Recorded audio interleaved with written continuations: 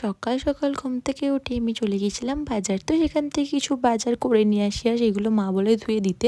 তো তার জন্য কিন্তু সেগুলো আমি ধুয়ে দিই। আর সকাল সকাল কিন্তু আমি নিজের রুমটাই পরিষ্কার করে নিই, সেটা আমার রোজকার কাজ। আর কাল ছিল আমার বার্থডে, তার জন্য কিন্তু ওগুলো সব খোলা হয়নি, আর ওগুলো খুলতে হবে।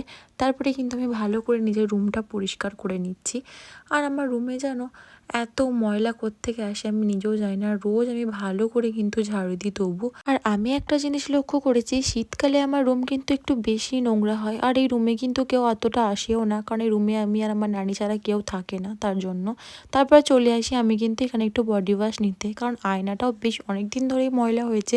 তো সেটাকেই ভাবলাম আজকে একটু ক্লিন করব। তো ভালো করে আমি কিন্তু আয়নাটাকে পরিষ্কার করে নিচ্ছিলাম এখানে। আর আমি কিন্তু আয়নাটা দুদিন পরপরই পরিষ্কার করার চেষ্টা করি, কিন্তু এই কদিন আমি একটু বিজি থাকায় আমি আয়নাটা কিন্তু প্রায় 1 সপ্তাহ মতো পরিষ্কার করিনি।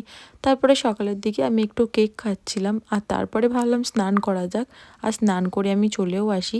আর যে জেমসগুলো আমাকে দিয়েছিল খেতে, তো সেগুলোই ছিল আমার কাছে। তো ওগুলোই শুয়ে শুয়ে আমি ফোন দেখতে দেখতে খাচ্ছিলাম। আর এইগুলো না খুব টেস্টি খেতে। তো কারা কারা খেয়েছো জানিও। আজকের মতো আসি, টাটা।